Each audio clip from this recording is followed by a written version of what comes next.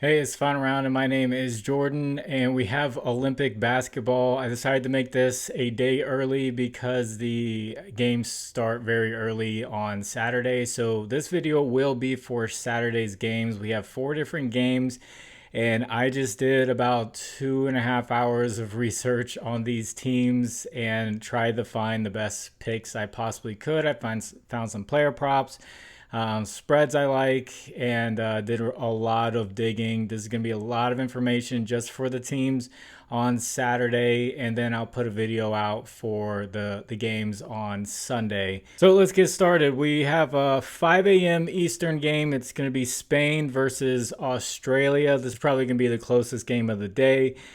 Spain, I took a look at the names and I tried to recognize names on these rosters. Rudy Fernandez popped up, but I was like, okay, he's probably really old. And he last played in 2012 in the NBA. But they have a couple of NBA players with Santi Aldama of the Grizzlies and then Willie Herman Gomez of the Pelicans, probably the two best players on the team for Spain. So they did a qualifying tournament to get in here, and I took a look at all the box scores and everything, and I was very impressed with Aldama and Herman Gomez. Herman Gomez mostly for the points, and then Aldama, I liked him for his rebounds. So my first pick is going to be Santi Aldama over 6.5 rebounds. This is at -125 on DraftKings. In the 4 qualifying games to get here, he had 8 rebounds, 9, and 7. So he went over this line in every single one of them. And those 7 rebounds that he had came against DeAndre Ayton. They played against the Bahamas and they beat them. And the Bahamas had DeAndre Ayton, Buddy Hield, and Eric Gordon, some pretty good NBA talent there. So Spain, yeah, they have some NBA players, but they're more of just a cohesive team that's been together for a while, which can make them pretty tough to beat, which leads to Australia, who they took the bronze in the last Olympics. The NBA players that they have that I noticed, they're pretty loaded. They have Patty Mills, Josh Giddey, Dyson Daniels, Josh Green, Joe Ingles, Jock Landell, Dante Exum, Dupe Reith, who actually played pretty well during the end of the year. And then an honorable mention who wasn't in the league, Matthew Dellavedova, Cleveland favorite. It was really hard just to dig up this information, but I eventually found some of the exhibition games and the qualifying games to get here. So I did as much as I could. So they won 6 out of 8 exhibition games, and they did play against the USA. They kind of held their own. They lost, of course, but one guy that stuck out in that game was Jock Landell. He scored 20 points in 27 minutes on 9 of 12 shooting. And if you look at the rest of their games, there's some games where it's Jock Landell is the leading scorer, and then there's other games where Patty Mills is really high up there in scoring, and then Josh Giddey is up there. Just things I was thinking about. Josh Giddey rebounds didn't look too bad. Patty Mills points is at 17.5. I don't hate that line. And I also don't hate this Jock Landell line at 10.5 points at -135 on DraftKings. They have it at 11 even on Prizepicks. So I'm going to take that, but I'm letting you know the other ones that I considered. And then a prediction for this game. I think this is going to be a very, very close game. The spread's at -5 for Australia. But I just think the NBA talent here is just going to be a little bit more overwhelming for Spain, because I know they just beat Bahamas with DeAndre Ayton and Buddy Hield and Eric Gordon, but now they're playing a lot of guys. And Australia has also been here before, taking the bronze. So I'm going to go with Australia at -5 for the spread. If you guys could, please like the video. If you haven't, please subscribe to the channel. If you have a little bit of extra time, could you leave a comment for the algorithm if this is the first time seeing this channel?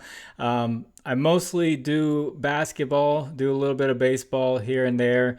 I do like baseball, but I've been just taking some time off because it's the summertime. And I will do NFL when it does come out until NBA starts again. But let's get into this next game. So we have Brazil versus France. This is a 7:30 a.m. game.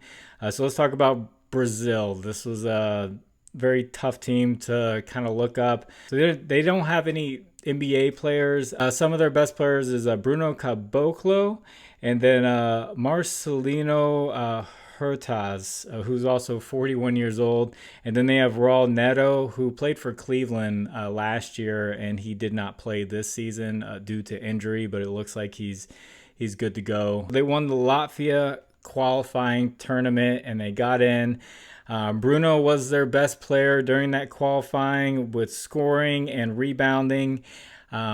They will be going up against France, who has Rudy Gobert and Victor Wembanyama. Bruno is their big man. So he did average 18 points in that qualifier. They were playing countries that, just weren't that great. Obviously, because, you don't think of Brazil as a basketball country. So he was doing well. His last 3 games, I noticed, he started off hot in that qualifier, but the last 3 games, he averaged just 6.5 field goal attempts. He was getting a lot of free throw attempts to get up to his points mark. So if he keeps that low volume against these 2 7-footers, I don't think he's going to be able to score as well as he was scoring in that Latvia qualifying tournament. Clearly going up against a defensive player of the year and possibly a future defensive player of the year in Victor Wembanyama. So I'm going to go with Bruno Caboclo under 13.5 points at -130. Underdog also has his combination, so they have him at 21.5 points plus rebounds. I could take the under on that as well. I don't know if Prizepicks is going to do combos, but right now I just see Underdog with combos. I don't see combos on DraftKings. But -130, and you get that line on Prizepicks. I do like this under for Bruno up against the 2 7-footers of France. And let's talk about France. They had the silver in the last Olympics. They're also playing at home. Clearly, they're in Paris. So a lot of motivation there to play their best basketball. And this is going to be their first game playing, so I can see them being hyped. So notable players for France is Nicolas Batum, Evan Fournier, Rudy Gobert, Victor Wembanyama, Bilal Coulibaly, Frank Ntilikina. These are all names that I just recognized that were in the NBA. So they didn't do too great in the exhibition games. They went 2-4, but they were playing against some pretty tough teams. They went against Germany, Serbia, who has Jokic, Canada, who's loaded, Australia, who we just talked about, and then Turkey, who they were able to beat. And they really played around with their lineup. Victor Wembanyama, to start off the exhibition games, he started off really hot. He had 24 points in one game and then 25 points in another game. And then the rest of the games, he didn't do that great because they were just kind of messing around with the lineup. Like Rudy Gobert wasn't even playing that many minutes. But the line that I'd like for this game that I saw was Victor Wembanyama's. He looks like the guy who's going to get the volume of scoring opportunities. And since this is the first game, they're going to be in France. They're going to be hyped, like I said. I do like him over 18.5 points. It's at -120 on DraftKings. So I looked at Prizepicks. They have it at 19.5, which would probably make this around even money. I guess I'd still take that. But then I looked at Underdog and they had it at 20.5. So Underdog is ripping you off. Don't go with Underdog. I can't do 20.5. But for him to get 20 plus points in the first game in France against Brazil, who isn't that great of a team, I'll go with Victor Wembanyama over 18.5. At -120 if you can get it on a sports book, and then up to 19.5 if you have to take it on Prizepicks. And then as far as the prediction goes, the spread is at -9.5. Clearly, I'm going to go with France. I know I'm taking 2 favorites in a row. This spread's at -108. So they're actually favoring Brazil to keep up here. But with this just being the first game in France in the Olympics, I'm looking for France to get hot quick and just not let up. So I'll take France at minus for 10 points. This next game is going to be Japan versus Germany. Japan notable players are Rui Hachimura and Yuta Watanabe. Those are both NBA players. Japan went 0-5-1 in their exhibition play. They actually played Germany and they lost by 21 points in exhibition play. That's the only one that they had a box score for, so that's the only one I can go off of pretty much. They also played in the World Cup 2023. They played Germany, and Germany won by 18 points. Rui Hachimura did not play in the World Cup for Japan. I feel like Rui's lines are pretty jacked and high up there. There weren't any player props that I could just like confidently say, yeah, I'm going to go with that for Japan, because Germany is a very good team. So no player prop for Japan. You really just have like Rui to pick from. So yeah, no pick for Japan. And then Germany, notable players, Dennis Schroeder, Franz Wagner, Mo Wagner, the brothers. They went 3-2 in exhibition play. Let's talk about the games against Japan. So in the World Cup matchup in 2023, Mo Wagner had 25 points and 9 rebounds against them. Franz Wagner had 10 points, 6 rebounds, 5 assists. Schroeder 14 points, 5 rebounds, 5 assists. And then this exhibition game, Mo Wagner had 11 points, 5 rebounds. Franz Wagner dropped 27 points on them and 8 rebounds. And Schroeder 12 points, 4 assists. So I believe Mo Wagner's line was around 11.5. So that's close. I don't hate it on the over, but Franz Wagner 27 points is pretty encouraging. But Franz Wagner's rebounds line is at 5.5 for minus 115. He was able to get 6 rebounds in that World Cup, and then he had 8 rebounds in that exhibition game. He is going to be playing the most minutes for them, so I do like him over 5.5 rebounds. This is not up on Prizepicks yet. It is up on Underdog. For minus 115 play, Prizepicks should put it up there. And I also don't hate points for Franz Wagner, and then there's a lean for Mo Wagner over on points. As far as the prediction goes, clearly we have 2 different blowouts against Japan. So I'm going to go with the first half for Germany at 10.5 for them to get an 11-point lead by halftime, and then kind of let up a little bit. As the blowout looks bad, and rest their guys for the next game. And before I get into this last game, I want to shout out my partners, Underdog Fantasy, Sleeper, ParlayPlay, and ChalkBoard. Use promo code FinalRound11 on any of these. They'll match your first deposit up to $100. As of right now, I see Sleeper and ChalkBoard do not have Olympic basketball or Olympic anything. Right? It's just Underdog and ParlayPlay have Olympic sports. So there's links in the description. I'll take you straight there with the promo code. And thank you to anyone who uses those. So this last game of the day is going to be Canada versus Greece. So Canada is loaded. If you haven't heard, they have Shai Gilgeous-Alexander, Jamal Murray, R.J. Barrett, Dylan Brooks, Kelly Olynyk, Dwight Powell. I was going to say Dwight Howard, Lou Dort, and Andrew Nembhard. They went 2-1 in exhibition play. The one loss was against the USA. Their stats are all spread out. And DraftKings right now doesn't have points props out. But Prizepicks has a points prop that I do like. So taking a look at those exhibition games, someone that stood out to me was R.J. Barrett. In the first game against the USA, he had 12 points in 17 minutes. He was actually their leading scorer. And then against France, he had 21 points. In Puerto Rico, he had 14 points. They have his line at 13.5. So I do like the over for RJ Barrett at 13.5 points. And then clearly, Shai can go off.